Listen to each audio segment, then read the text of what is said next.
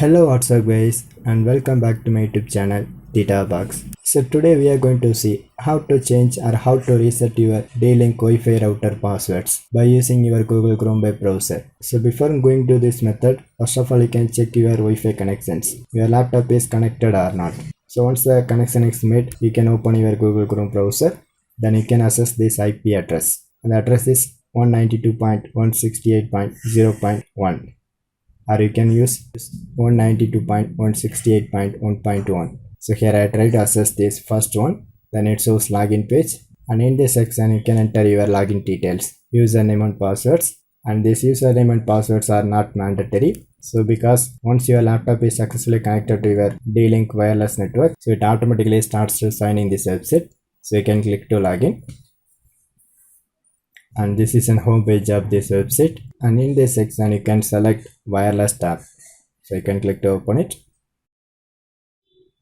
and here you can see, so it shows my wireless network name and mode, and channel is auto, and the bandwidth. So you can set your bandwidth. Then always you can select security option as WPA PSK on the last one, because this is high security one. And in bottom you can see this is my password section, and in this section you can enter your new password, and this password must contains 8 to 63 characters. So here I enter my password as Micromax, then click to apply. So finally here you can see my password is successfully changed.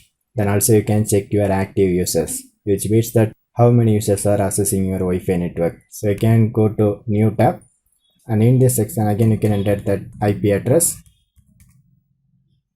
then click to login, and this is my device info. In this section you can select active client table and the second option, so you can select it, and here you can see, so only it shows my PC name and IP address and MAC address. So this is the way you can easily change your D-Link Wi-Fi router passwords by using your Google Chrome web browser. For more videos, you can subscribe my channel Theta Box, and thanks for watching.